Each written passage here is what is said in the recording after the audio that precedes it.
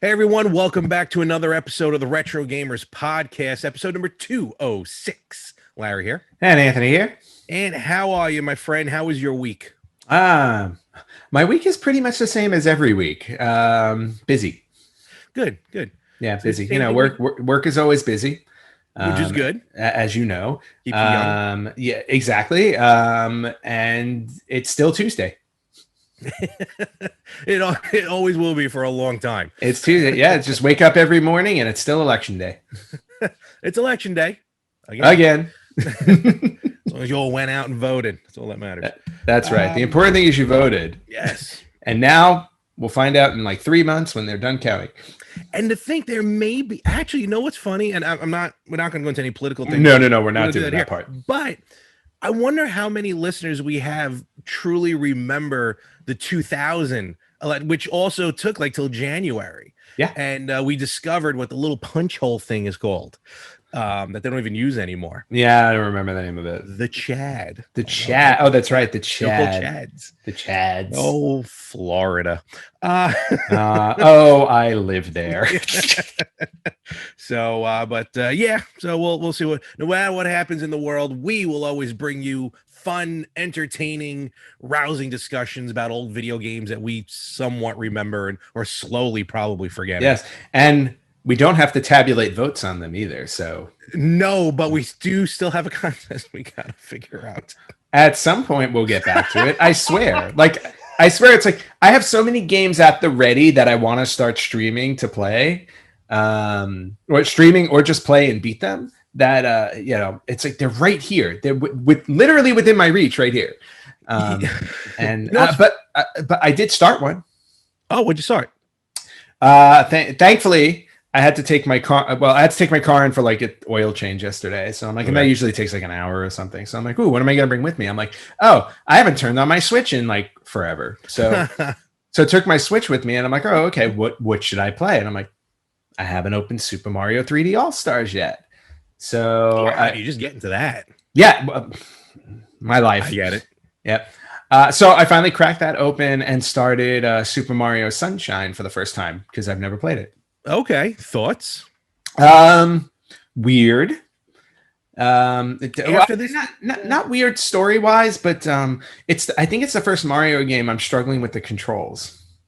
So it does take use of, that flood water gun does take a little. Yeah, aiming that thing sucks.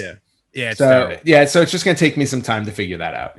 But otherwise, like, it's just like any Mario game. I think it looks like it's a suitable follow up to Super Mario 64, which it was. And I think it'll be fun to get through. And on top of that, if I actually stick with it and play through it all the way, I can add it to the contest list of retro games completed. You can add that and Galaxy. Yes, and Galaxy. If I smoothly transition over to Galaxy, one step at a time. This is somebody who waited 5 years for Final Fantasy VII Remake and is still playing it. This is true. When everybody else beat it in like 2 days. Those are the, I don't believe in that. Yeah, no knock at them. Well, maybe a little knock at them, but like streamers, like I don't want to watch a brand new game streamed day one. You know what I mean? It's like I want to be able to experience it. All right, fine. I get it, like an old game, and I know Final Fantasy VII is technically an old game, but not the remake. Something about just streaming it, or even before, like with the Switch. Remember, the Switch is region free, so I have set up, which at this point I really don't know why I did it. I think I did it just because I could. I set up an account so I can access the Japanese eShop. Right. On the Switch. So technically you can get a lot of the games the day before in our time zone. And that I see a lot. Like I'll see a lot of people stream a brand new Switch game literally 24 hours before it's released here in the US because they're playing the Japanese version. Yeah. And I'm like, well, look, let me experience it. Yeah, and I was gonna say, and I don't see I don't see a problem with that at all. I'm like, if that's what somebody's thing is, and if gamers just enjoy watching somebody stream it day one, hey, more power to you. For me, it's like it's one of those things where it's like especially like Final Fantasy VII Remake. I think I've said this before. It's like I waited 5 years for it from when they first announced it. Yeah, I don't want to plow through it in 3 days and then just move on. It's like I enjoy playing it for a little while, taking a break, going back to it. You know, not with too much distance in between, or else you start to forget what you did the last time. That's my problem with a lot of RPGs. Yeah. So yeah, and you know what, with Final Fantasy VII, because I played the original, like I already know that I know enough of the story, so it's like it's fine. You have a good idea. Yeah, exactly. But I just want to take my time with it, because then it feels like it was worth the wait to me. Okay. As opposed to playing something and then like 2 days later, you're like, oh, that's it? I'm done? Oh, okay. Fair enough. I waited 5 years to play this for 2 days. Which I totally. Which we all have our, preferences. I did complete another game this week, though. Did you really? Are we putting it on the list? No, we are not. We are not. List, unfortunately. No, it's a PS4 game. But it's the text-based game I told you about. 428 Shibuya Scramble. I finally got to an ending. An ending, maybe not an ending. Yeah, and then of course it's like you completed the normal ending, and I'm like, God damn it! I'm not going back through it for the definitive ending. So, but for all intents and purposes, completed. And actually, with that being said, again, not part of the list, but I completed last night. I was up to about 3 o'clock in the morning. I don't know why. Because I downloaded on the Switch the Angry Video Game Nerd 1 and 2. Because he has a video game, and they're both really good games, actually. Okay. Very fun platformers. If you watch AVGN videos, it all flows with the series, and you recognize a lot of stuff. I highly recommend it. They have the 1 and 2 deluxe, so you get both games. On which console? Switch and Steam. Oh, cool. Okay. The first game originally came out like on the Wii U and a bunch of systems, actually. But I beat the first one, I beat the second one, and it unlocks a third one. And when I beat the second one, again in AVGN fashion, they're like, now go back, you lazy bum, and try and beat it on a harder level or something. Like nice. That's awesome. But still, technically, I beat them, and they were fun games. That might be worth the play. I highly recommend those 2 games. Actually, very good platform. I did just download something new too. It was on sale. The company that created Fall Guys, which is very popular right now. Okay, yeah. They made a kind of like, I don't know if it's a horror one, but it's kind of like a throwback anthology kind of game called Stories Untold. Ooh. So it's like 3 or 4 different stories, and it's like a combination of I think it's like a combination of like text-based, point and click, and a couple of other things to it. Wow. So okay. Yeah, and it was on sale. It was like, I think it was like $6. So I was like, all right, I'm gonna grab this. I go, because again, it's kind of my style. Yeah. Or not my style, but I like playing those kind of games. But I think it's also a little more horror based as well, which is right up my alley. That is up your alley. So I downloaded that. I'm gonna try and give that a go this week to see how that is. All right. Well, definitely let us know how that goes. I shall. And then the other thing of note on my end this week is I had a certain console added to my collection that we all know of. Thank you, Larry. That 32X? No, I did not get that one. Yet. Actually, do you have a 32X still? Your 32X? I do not. You do not. Okay, because someone did ask. The Unfun Gamer actually asked, because we didn't when you went through your consoles last week, you did not mention 32X. I did not. I don't consider that a console. I consider it it's really an extension of the Genesis. It's really a growth.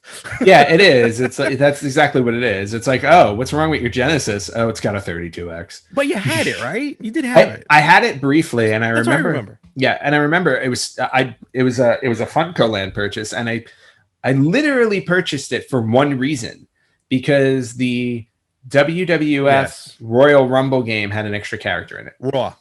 Raw. Sorry. The Raw game had an extra character in it. And I believe it was extra characters. It was Quang, wasn't it? It was Quang, yes. Yeah. So that was a waste of money. Sorry.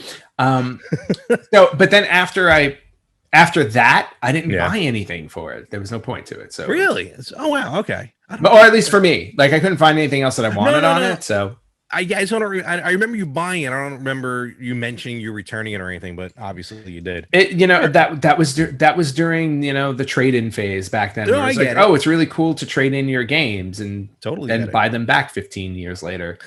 That's what we're doing. That is what we're doing. Although I think I can say with confidence, I've exceeded what I've ever traded in. Oh, forget about it. Yeah. Yeah, by a lot. But yeah, so that was the only thing I had was the 32X. But again, I mean, do you consider that a console? I don't think I do.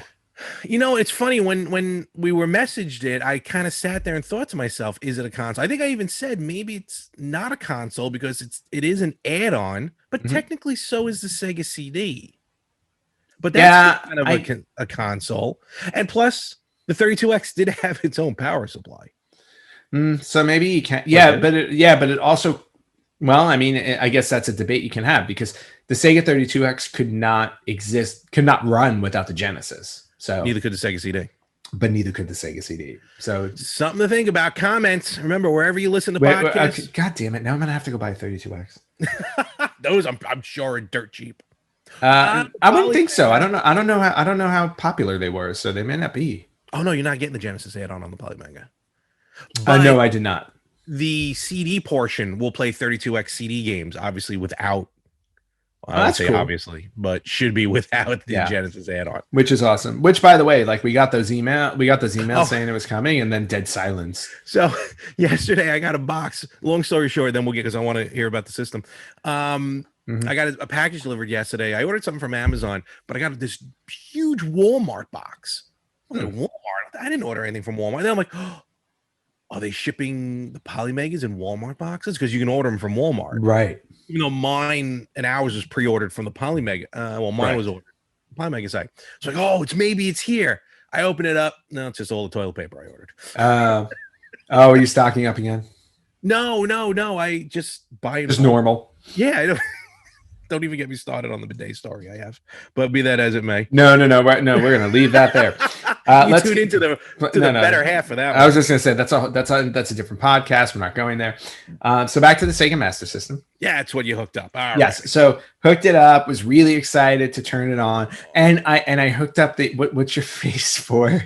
I don't know. I just want to hear good things about it. Okay. Unfortunately, the Hyperkin HDMI adapter does not work. Really? Okay. No, I tried. I hooked it up, tried it, did not work, which was unfortunate. But I find strange because that adapter only works for a Master System, or does it work for? No. It's specifically marketed for Genesis.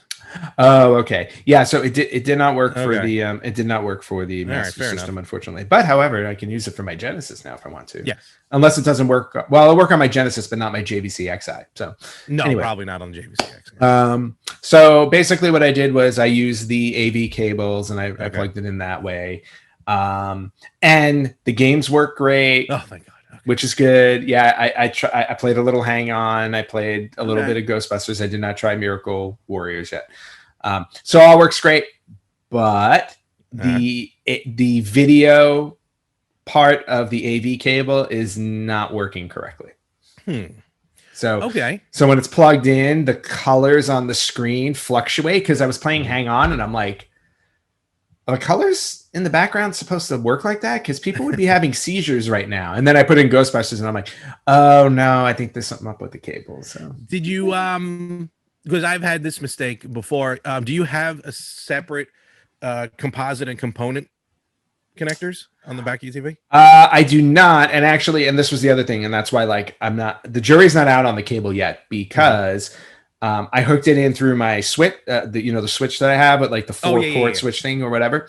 So I'm going to try hooking it in directly to the TV to see if that fixes it. Because it could be the port that I'm plugging it into on my 4-channel switcher. I was going to say, because if you plug a composite into a component, remember the yellow actually goes into the green. So the green. Yeah. Yep. Nope. Fully aware of that. So I still have to fiddle around with it to see. Right. But otherwise, like the console itself works perfectly fine. And it's always nice to plug in, to put in a cartridge that's like over 30 years old and it powers on immediately. This is true. Yeah. The reason why I cringe and everything is because, mailed it to you. So if anything was wrong with it, no. Money to mail back because they. No. Look, full props to Game On. It's like everything I've ever gotten from them has worked perfectly. Never had an issue. They pack everything really well, and I'm actually really happy that they're willing to ship me things. You know what I mean? Because look, I'm nowhere near New York. You know, even when I was in LA, like they shipped me an Xbox. They did, yeah. Because I had ordered it from, bought it from them. So they're really awesome with that, and I couldn't be more grateful for how much they take care of their stuff when they pack it and everything. So has nothing to do with that. It's just I got to fiddle around with the AV a little bit to see what's what. And you know what? It's not as hard to come across an AV cable, as opposed to having to reship the whole system. Yeah, exactly. No. System's good. Very happy. Thank you very much for it. Looks great in my collection. You can actually see it right over my shoulder there. It is. I see it. There it's sitting. Yep. And I actually spent a little, aside from the Master System, I spent a little time in this room last night for like the third time since I've completed it. I've completed this entire room and I've had no time to sit in it. And I wound up watching a movie. There you go. On my Xbox 360. And by the way, my apologies. I accidentally signed in as you last night. You're on my Xbox 360. How am I more 365? Mm-hmm. Okay. At some point in the past, you must we must have been playing on it. You logged in as yourself. So, and it saves everybody. So yeah, but it shouldn't save the password. What can I tell you? I gotta go change my whole thing now. I have this whole online persona. Well, if it makes you feel any better, I don't know what the password is. What am I gonna do? Sign in as you and complete games? Maybe, or screw something up on an old game. Like, I'm gonna mess him up on, I don't know, Knights of the Old Republic. No, it's too old. Yeah, I was gonna say, I don't think you need to worry about it. Let's just say that. Fair enough. I can't even play my own games. Well, all right. Well, I'm happy to hear that the Master System is on its way to getting some good work on it. Yes. So that's good. Speaking of which, as far as systems, so really since it's been announced, I have obsessively, compulsively been on Amazon at least 5 times a day to check the availability of the Super Mario Brothers Game & Watch.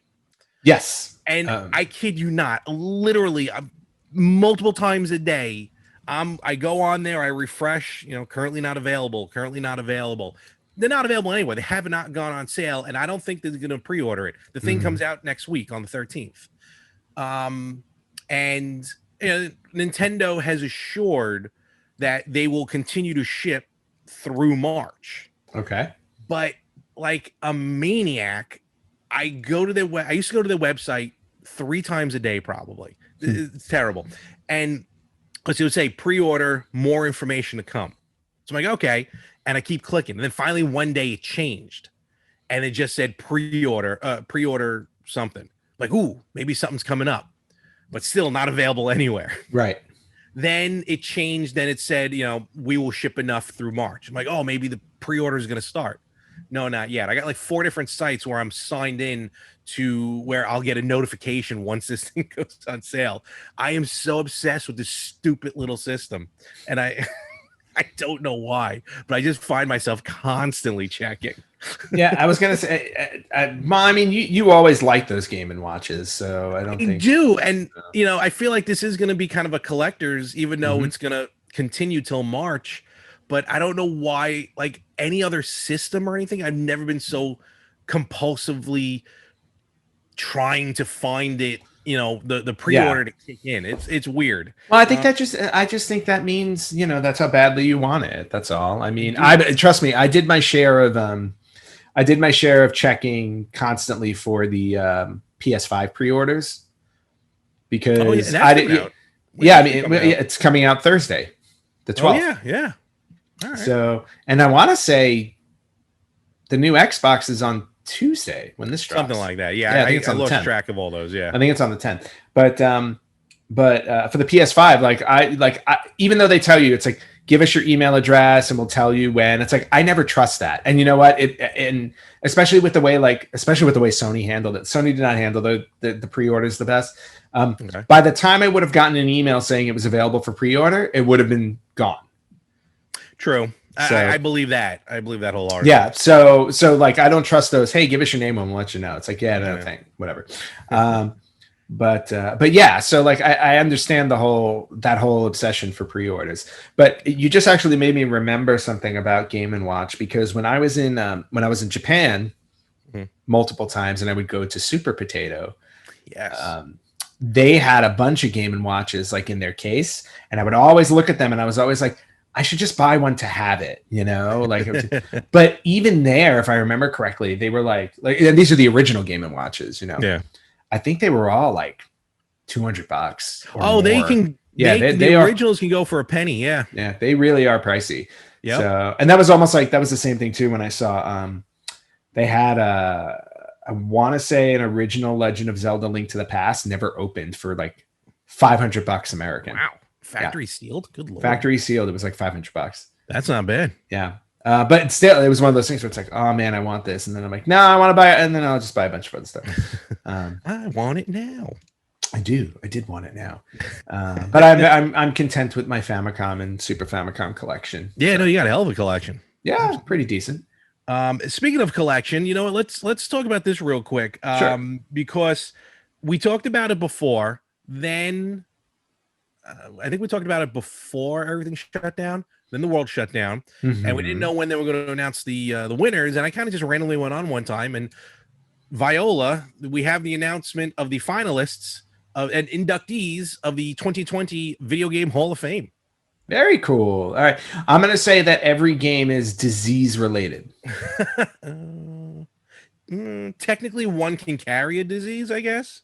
Oh, So I just Let's real quick. Yeah, real quick. I'll run through the list of who the nominees were. You know, we won't go into details. I'll just run through them. Really kind of in no particular order.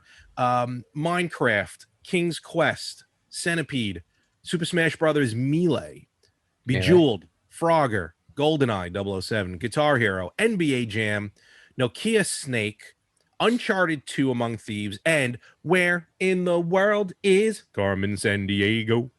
That's a pretty good list.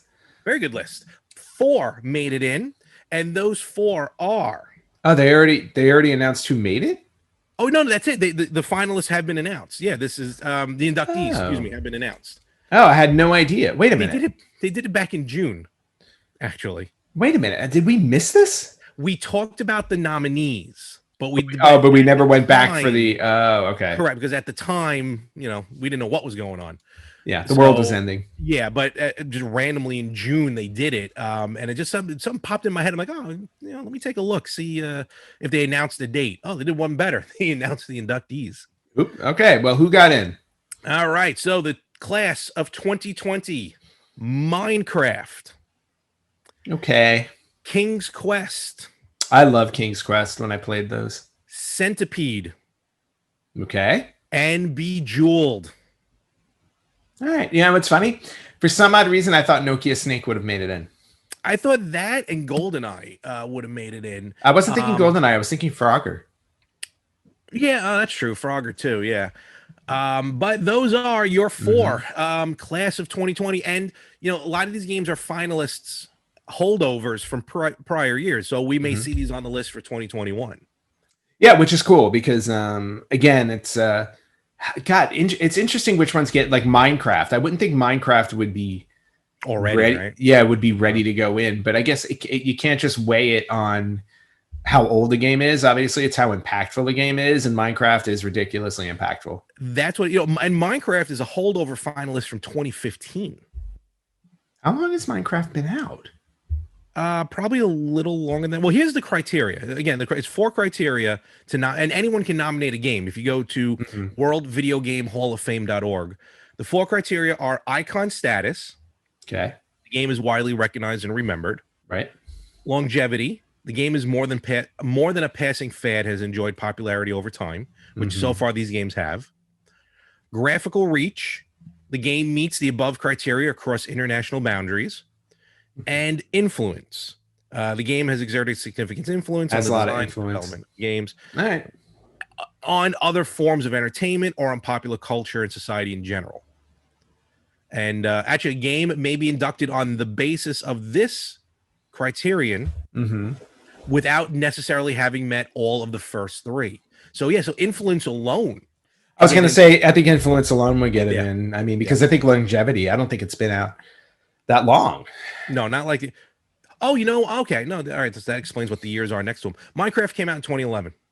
Yeah, so I would, I would think it wouldn't. For me, I don't think it would qualify for longevity at this point. But No, but it would definitely influence. But influence, no question. And to put it in perspective, King's Quest was 1984, Centipede was 81, and Bejeweled was 2000. Did you ever play King's Quest? No.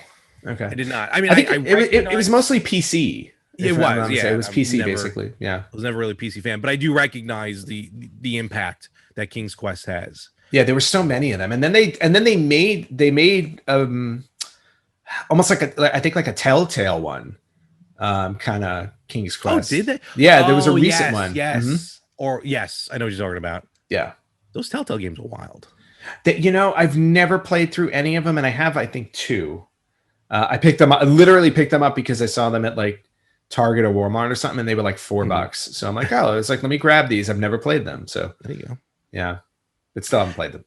And so while I was looking into that, I also found out, and I'm not going to go into deep detail here, but they've been doing this for a while. The National Museum of Play up in Rochester, Rochester, New York, they're the ones that hold the World Video Game Hall of Fame. They also have the World Toy Hall, the National Toy Hall of Fame. Ooh. And I like toys. They've been doing this since 98, actually. Huh. Which I didn't actually, it's a pretty interesting list. But just to mention 2020, 3 so weird. 3 went in. Baby Nancy. Okay. Jenga. Oh, love Jenga. And Sidewalk Chalk. Huh.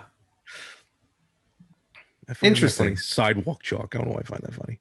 I don't know. Well, I mean, do you remember playing with chalk on the sidewalk? No, I do. I just like, no, it's funny, like just Sidewalk Chalk, like no specific brand, no particular, just Sidewalk. Well, you know why? Because I'm sure like there were like hundreds of different brands of it. Created in 1972 in a town in Italy. Oh, hey, us Italians come through again. You know what? Let me see. Are there any games on here? I'm just going to run through real quick. 2019. First pasta, now Sidewalk Chalk. 2019 saw Magic the Gathering go in. 2018 saw Uno and Pinball. Makes sense. I'm just really cluing in on the games. 2017 Clue. Oh, absolutely. 2016 Dungeons and Dragons. All worthy. Yeah. Rubik's Cube in 2014. Chess in 2013. Chess and Rubber Duck. Those go together, I guess. Playing Cards and the Game of Life in 2010. Cool. Oh, the Game Boy went in 09.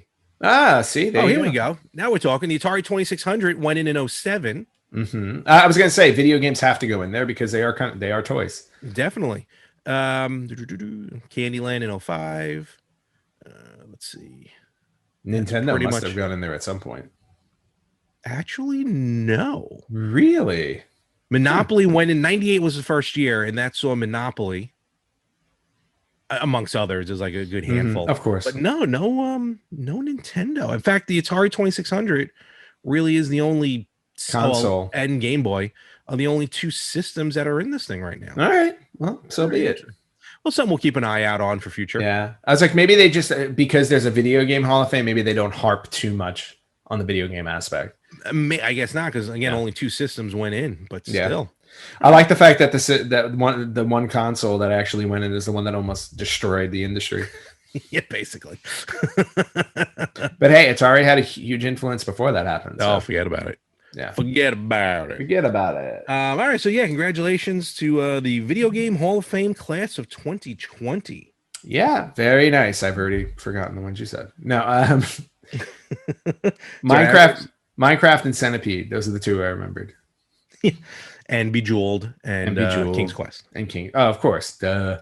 So very cool. Yeah, so not too shabby. I wrote something down on here I want to talk about, and my handwriting is so atrocious I can't even read what I wrote. I can't even see the paper, and I can confirm that your handwriting is atrocious. I mean, honestly. Because I've seen it. What? That's not even English. I know. No, I mean, look, I wrote it quick, but I have an idea what I'm talking about, but I don't know what I said here. Expert something? carpet cleaner. Maybe my carpet cleaner. I don't know. I don't know. I would say it's doctor's handwriting, but it's not even that. No, trust me. I don't have that much education. You're lefty, right? I am. Mm-hmm. We're all born left. Turn right after you commit your first sin. Yeah, well, I turned right a long time ago. All right, let's go over to this other one then. Arcade 1UP. Yes, is on a roll again. Actually, there's a couple of other things that we caught our eye before when we were checking out the site, but the one I want to talk about right now is their newest arcade cabinet. They kind of dropped out of nowhere. Mm-hmm. Outrun. Yes. That not only was that surprising, but then when you look at it, yes, it's even cooler. So it is a sit-down arcade cabinet for Outrun. And I mean, to the point, it's got the pedals. Mm-hmm. It's got a seat that's kind of pushed back a little bit.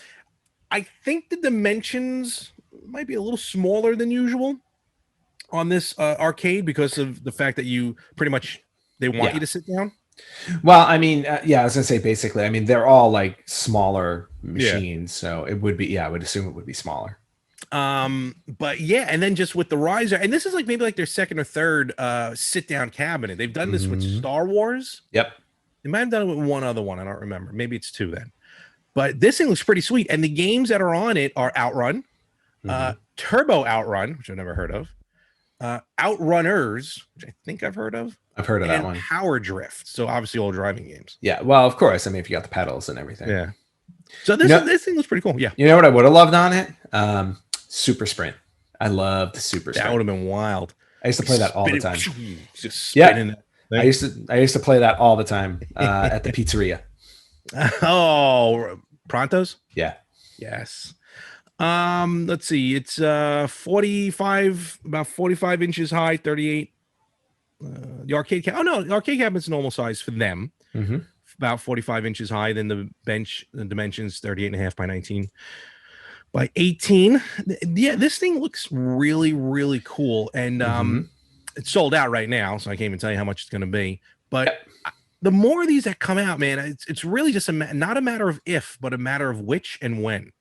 Yeah, every time I see Arcade 1UP, I'm just so tempted, and I'm like, "Ooh!" I go, "Is that going to be the one?" And now, granted, I have the little Pac-Man bar top one from my ex coworkers, which was awesome. So I have one of them.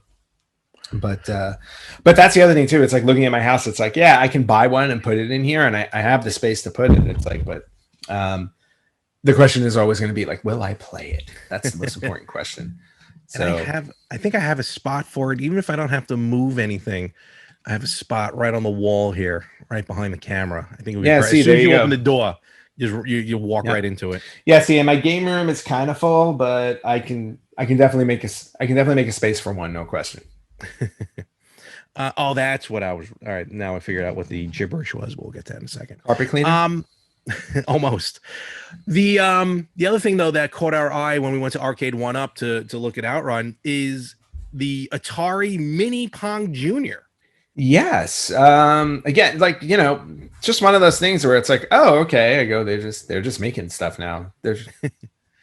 It's basically it is what it is. It's a standalone Pong game. You can call it a handheld, I guess, really. I would. And it's got dials on either side for 2-player action, which clearly was designed before social distancing was a thing. But if you're there with trusted friends and family, this little game looks like a fun time. Yeah, it's about 12 inches long. Yep. So it's 5 feet short of social distancing.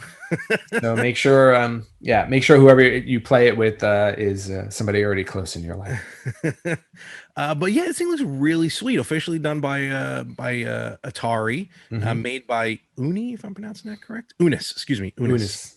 Yeah, it's a cute little item, and again, I'm not seeing a price, but it takes 3 AA batteries, so you envision maybe how small this thing is. 10 different level settings. So cool. If you for like a 1-player, let's see, that's really about it. Oh, it does come with a power adapter. It looks like cool. So something to look out for, this little kind of mini Pong system, which is pretty cool. And that triggers something else that I kind of meant to mention last week, but there's another which I never really discovered, but it's a company called New Wave Toys. That, it was funny. I was gonna bring that up. Is that what that said on the notepad? No. It's okay. Thank you. Home Arcade, which I'll get to. I was like, thank God. All right. Anyway, yeah, New Wave Toys. Go ahead. Yeah, I'm just going to the website real quick. So newwavetoys.com puts out these, I don't even want to call them a quarter scale. I think they're even tinier than that. I'm trying to get the dimensions. But we kind of came across them because they have a really cool USB charger that you've always. Yeah, and I'm gonna pull the trigger on it soon, I think. But it's basically it's the change machine for like at arcades that you would get. You would put in your money and get quarters. Mm-hmm. So it's about like it's like a 1/6 scale of that or something. And that's exactly what it is. Yeah, it's 1/6 scale, and you can plug in 6 different. It has 6 different USB ports. So ideally, like this is perfect if you have a lot of the mini consoles. Like you can plug in all your mini consoles into that to keep them charged. That would be interesting. Yeah. Got to make sure that output is correct though. But yeah, that sounds like actually a really good idea. Mm-hmm. That's exactly why I want to buy it, because I'm like, I'll just plug in all my mini consoles to it and I'm done. So they have these arcade cabinets. They're 1/6 size, as you said, miniaturized 1/6 scale of different playable games. And the games are Dragon's Lair, which they just put on pre-order. Ooh, cool. Asteroids. Nice. And it's wild because it's so tiny. Like the buttons are tiny too. It's like, how do you play? How do you get in if they're so I never saw Zoolander. They also have oh come on, where's the list? Here we go. Centipede, newest inductee, we just talked about. Street Fighter 2. I can never play that on that small scale. Well, they have something else for that. I'll talk about in a moment. What is that? Tempest? Yeah, Tempest. Tempest. Nice. And I'm pretty sure there was another one. I'm just trying to. No, I guess not. So Dragon's Lair, Asteroids, Street Fighter 2, Tempest, and I think that's it on that. So, cool. Yeah, and with to answer your question, the Street Fighter 2 you can buy separate, which are still mini, but separate external controllers that look like the base controller. Okay. You know what I mean? Whatever you call that, the layout. Right. And then that's how you can play 2 players actually on the system. Oh, okay. Well, that's good. I think these things also hook up through USB, not USB, HDMI. You might be able to get them onto your TV. Okay. Don't quote me on that one. I'm not. But still, these things are real, and they're like $120, which really isn't that bad for something like this. That works. No, not at all. And like, for example, the Dragon's Lair comes with a little mini laser disc player with a remote. I mean, it doesn't work, but like a replica laser disc and an actual laser disc with a sleeve that you could put in it. So, nice. And I don't think you can put it in the machine, which would be pretty funny. But, it has like little things like that. On top of the, as you mentioned, Ant, the USB charger. They also have a USB. No, it's a power bank. Oh, they have a Walkman style power bank. Ooh, okay. So if you need to charge on the go. Nice. And then what caught my eye, and you know what, it was an honest mistake. They've emailed me. They're rectifying it. I thought it was pretty funny. So what I did, I went to the website and I ordered. They have a keychain. It's very inexpensive. It's a keychain that looks like the 25-cent quarter slot on an arcade machine. Yes. It's red. It actually does light up. And, so I'm like, oh, that's cute. Let me get one. I had a discount code or whatever. So I order it. All right, cool. Ships. I get it on Halloween. I'm like, all right, cool. Bring it in. It's all sealed up. Oh, sweet. I open it up. I was going to kind of do like a mini unboxing, which right now I wish I did do because in hindsight, it would have been very funny. Yep. I open up the box, and the way they ship it, they like custom cut out in the box the shape of the item. So that way it fits perfectly. So I opened up the box. There was nothing in it. It was bare bone empty. Like the cutout was in there, but someone forgot to put the item in. So I emailed them. That sounds like a familiar. Yep. Okay, go ahead. Keep going. That's happened to you?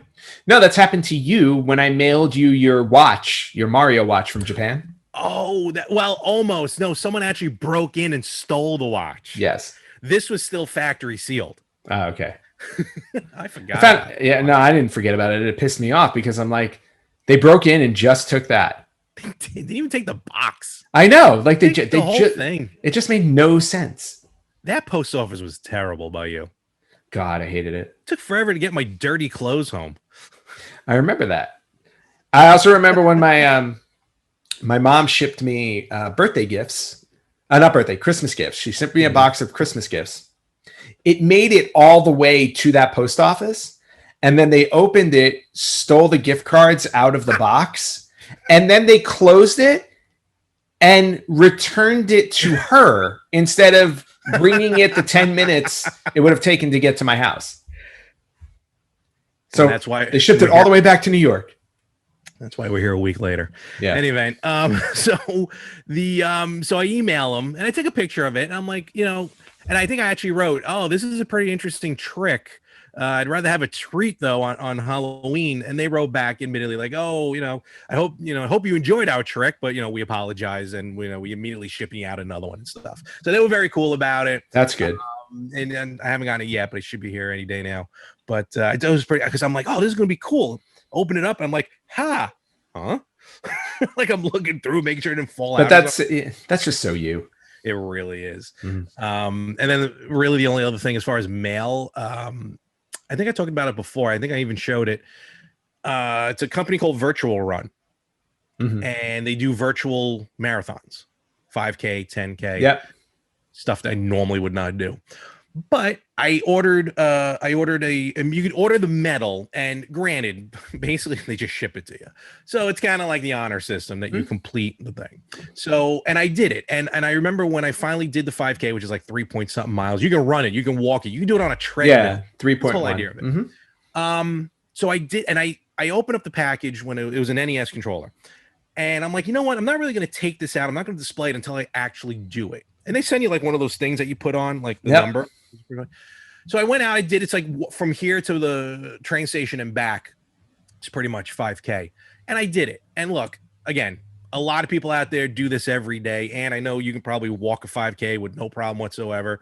For me, though, I actually got very emotional. And it's on my YouTube page, I think, as well, More 365, cheap plug. And but I was very emotional when I did it. Like it meant a lot to me. Look, and I'm not a fitness guru, and trust me, since then, shame on me, I haven't stayed with trying to make myself better, but I still enjoyed that moment. So what I did was, they have different topics or different categories, different, what's the word I'm looking for? Not categories, designs. And they have a bunch of video game ones. Yep. So I ordered, and I ordered 3 more. Nice. And I got them, but I haven't even opened up the packaging yet. Yeah. So my goal is to only open one once I do another 5K. And then I can revel and enjoy in it. And hopefully it kickstarts my stupid fat butt into gear. We'll see what happens. Yeah. But it's cool. All I know is that one of them is a PlayStation controller. One of them should be a Game Boy. And the other one is a Bullet Bill. Yeah, I've seen they pop up on my feed all the time too, and I've been thinking about buying those. I did something similar. I bought a medal online for it was a Friday the 13K run. Awesome, which I thought was awesome.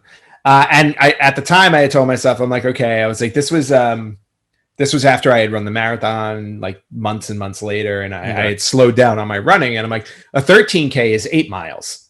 Okay. So I was like, I'll get back to this eventually when I start training and everything like that. And then got a hernia and all this other stuff. So needless to say, it took me, I think about 1.5 years before I was actually able to do an 8-mile run again. And I had done it a few months ago before I moved from LA because I was training for the New York City Marathon. I got into the New York City Marathon this year.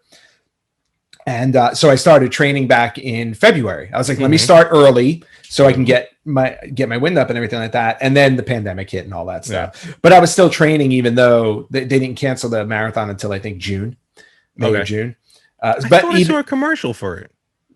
They were offering the ability to do virtual ones if you wanted to, but I chose to re-enter for next year. Fair enough. So, but anyway, so I was So as I was training, I finally did 8 miles.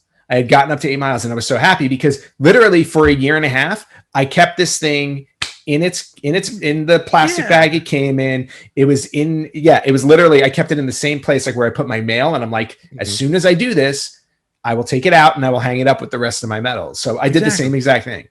And I encourage you. It's like, look, video game related, whatever it is that gets you motivated to do it, do it. It's awesome. I was looking at those video game ones, and I'll probably wind up picking up one or two. Yeah, I think they even have like you buy them in bulk. Like exactly. Because like I have a treadmill in my house, but now the weather is starting to cool here a bit. So like in the mornings, like as soon as it drops below 70 in the mornings, I'll start running outside again. Yeah. So because I do like running outside. I hate running, period. But luckily, I was gonna say, look, and a lot of people do. I was not a runner for, running was never my thing until 4 years ago. Stupid Infinity Gauntlet Challenge. Awesome. But I got the medal. There you go. That's all that matters. That's right. Snap it. Like, come on. Yeah, it's like, well, no, it's like every time I snap, like, half of things do disappear, but never what I want. It's like I want like half of my gut to disappear. Nope, doesn't happen. It's like, come on. It'd take me a few. I'm snapping wrong. I think I'm adding 50% to everything. Don't even get me started, brother. At least for me. And other than that, all that's basically about all I have. Also because I'm looking at my battery on my computer and it's starting to run low. Yeah. Well, no, that's okay. I think I've covered everything that I have to cover as well for this week. Cool. But next week, next week we are going to talk some PS5. Yes, we're going to talk PS5 definitely. Very curious. My biggest curiosity is because I'm assuming that's a 4K TV behind you. This one might not be, but the one in my living room is. Okay. Definitely want to know what it's going to look like. Want to know how it is to set it up. I'm also curious about how the games, the free upgradable games, are going to look, and how, if it's a pain in the butt or anything for the physical copies, because those would be converted to digital. Definitely have some questions about that. Looking forward to that part. And next week's going to be a good one. And in the meantime, Ant, where can they find us now? Right now, you guys can find us on Facebook.com/RetroGamersPodcast, on Instagram at RetroGamersPodcast, Twitter at RetroGamersPod. You can watch us on YouTube, or you can listen. You can watch us on YouTube, and you can watch us on Instagram TV. That's new. Or you can listen to us wherever you listen to podcasts. We are everywhere. Remember to like, follow, subscribe, and share. The biggest one is share. Let your friends, let your family know about us. And we're gonna get. Oh, actually, we're gonna do a little cheap plug because Ant, you're actually gonna be on a different podcast here next week. Yeah, next week. No, yes, I am gonna be on Victims and Villains for their special Friday the 13th episode. I have been on the last 4 Friday the 13th episodes because every Friday the 13th, we review a Friday the 13th movie. This is number 5, so we are reviewing Friday the 13th, Part 5, A New Beginning. Any preview to your thoughts on the movie? It sucks. All right, yeah, it stinks. There we go. I'm MSD3K.